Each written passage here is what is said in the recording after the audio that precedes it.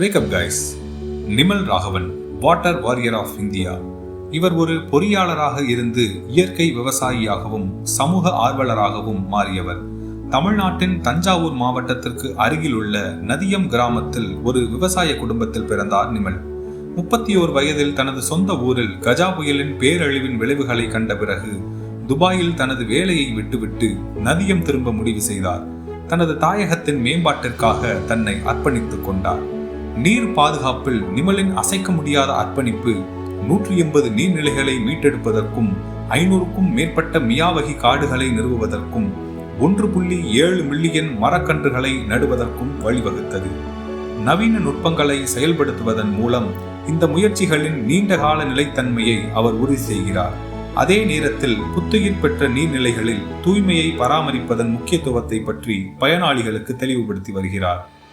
எந்த ஒரு பயனும் எதிர்பாராது சுற்றுச்சூழலுக்காகவும் மக்களின் நலனுக்காகவும் தன்னை அர்ப்பணித்து வேலை செய்யும் இவர் போன்ற தன்னார்வலர்களை நாம் ஊக்குவிப்பதுடன் மட்டும் நில்லாமல் இவர்களுடன் நாமும் இணைந்து இயற்கையை பாதுகாத்தால் நாளை இயற்கை நம்மை பாதுகாக்கும். இல்லையேல் தொல்லைதான் இயற்கையால் மனித குலத்திற்கு.